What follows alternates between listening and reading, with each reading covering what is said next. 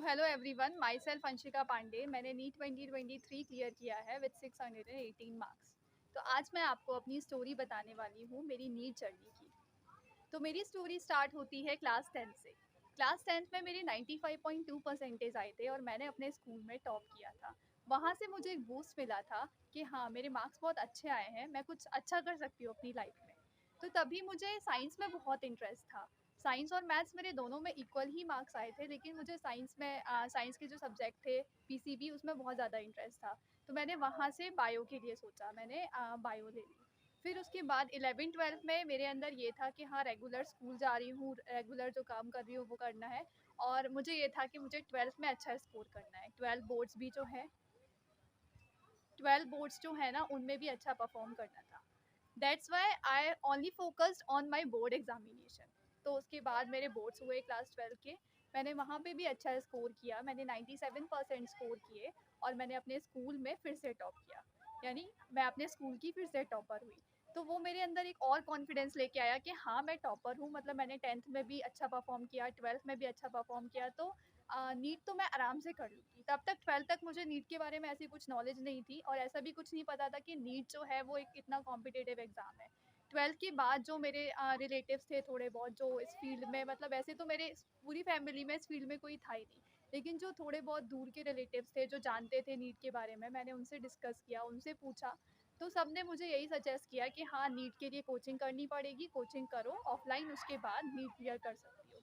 तो वही जो हाई फाई कोचिंग्स हैं, उनके ही उसके उन्हीं के बारे में सबने बताया मुझे। तो उसके बाद मैंने क्या किया, 12th के बाद आकाश को ज्वाइन किया।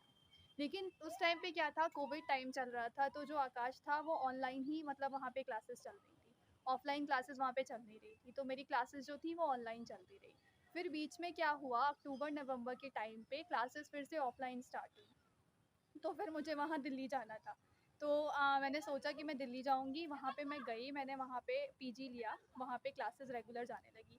लेकिन वहाँ का एटमॉस्फेयर मुझे सूट नहीं कर रहा था, क्योंकि वहाँ का जो खाना था पीजी का, वो भी मुझे सूट नहीं कर रहा था। मुझे प्रॉब्लम्स आ रही थी, हेल्थ इश्यूज़ हो रहे थे, तो और मुझे घर की भी याद आ रही थी, क्योंकि मैं हमेशा अपनी फैमिली के साथ रही हूँ। इस वजह से मेरा पढ़ाई में भी वहाँ पे ध्यान नहीं लग पा रहा था। तो मैं वापस घर आ गई। जब घर आ गई तो मेरी क्लासेस मिस हो गई। इसी ऑनलाइन ऑफलाइन की वजह से मेरा लास्ट का जो टाइम था, सबसे मेन रिवीजन वाला टाइम होता है जनवरी फरवरी का, वो ख़राब हो गया।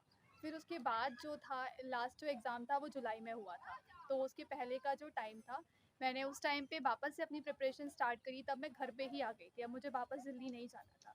तो मैंने अपनी प्रिपरेशन वापस से स्टार्ट करी, सब कुछ अच्छे से किया। लेकिन उसमें भी क्या था, एग्ज़ाम के 17 जुलाई को हमारा एग्ज़ाम था 22 का। उसके 1 वीक पहले मेरी तबीयत ख़राब हो गई और मुझे डायरिया हो गया। तो इस प्रॉब्लम की वजह से मुझे फिर से वीकनेस आ गई बहुत ज़्यादा, मुझे उठा भी नहीं जा रहा था। 2-3 दिन मेरे ऐसे ही ख़राब ही हो गए। लास्ट के जब 1-2 दिन बचे थे, तभी मुझे मतलब ये सारा ध्यान आया कि मेरा पेपर, तब मैंने लास्ट में रिवीजन करके वो 17 जुलाई वाला। लेकिन उस पेपर में क्या हुआ ना, मेरी जो रोल नंबर होता है वो मेरा गलत हो गया। मतलब मैंने बबलिंग मिस्टेक कर दी रोल नंबर की। और वो एक सबके मन में रहता है ना कि अगर रोल नंबर गलत हो गया तो हमारा पेपर ही नहीं चेक होगा। यही सब मेरे दिमाग में भी आया और मुझे लगा अब तो मेरा पेपर ख़राब हो गया, अब तो सब बेकार हो जाएगा। यही मेरे माइंड में आ गया और मैंने अपने 15-20 मिनट ऐसे ही वेस्ट कर दिए, कुछ समझ में नहीं आया। लास्ट में जाके मैंने अपने आप को समझाया कि नहीं, मुझे पेपर अटेम्प्ट करना है। मैंने पेपर अटेम्प्ट किया, लेकिन शायद उस टाइम मेरी डेस्टिनी में कुछ और ही लिखा हुआ था।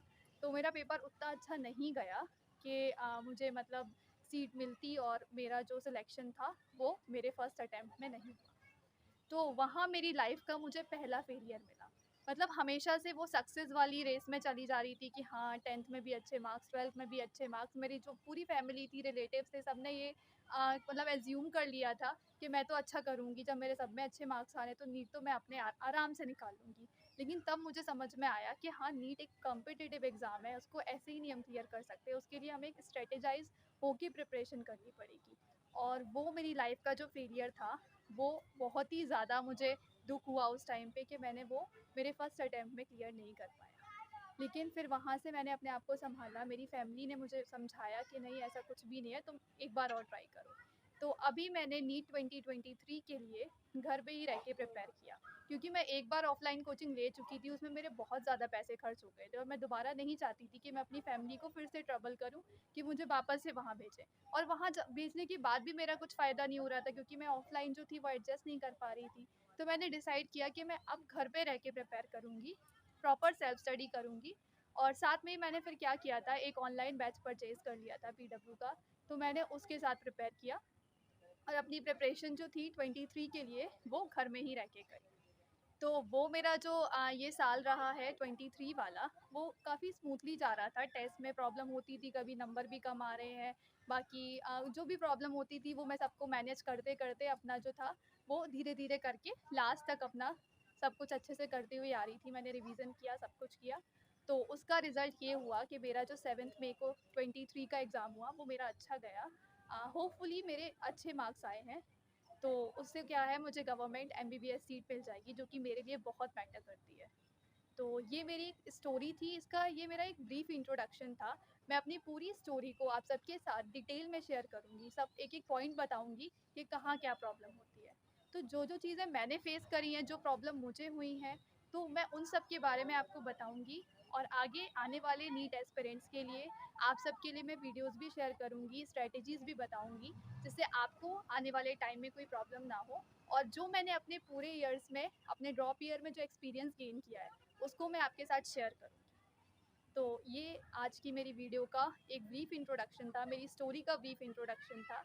अगर आपको अच्छा लगा हो तो मेरे चैनल को लाइक कीजिएगा, मेरे वीडियो को लाइक कीजिएगा, मेरे चैनल को शेयर कीजिएगा एंड सब्सक्राइब कीजिएगा। आगे भी आपको ऐसे ही वीडियोस मिलती रहेगी।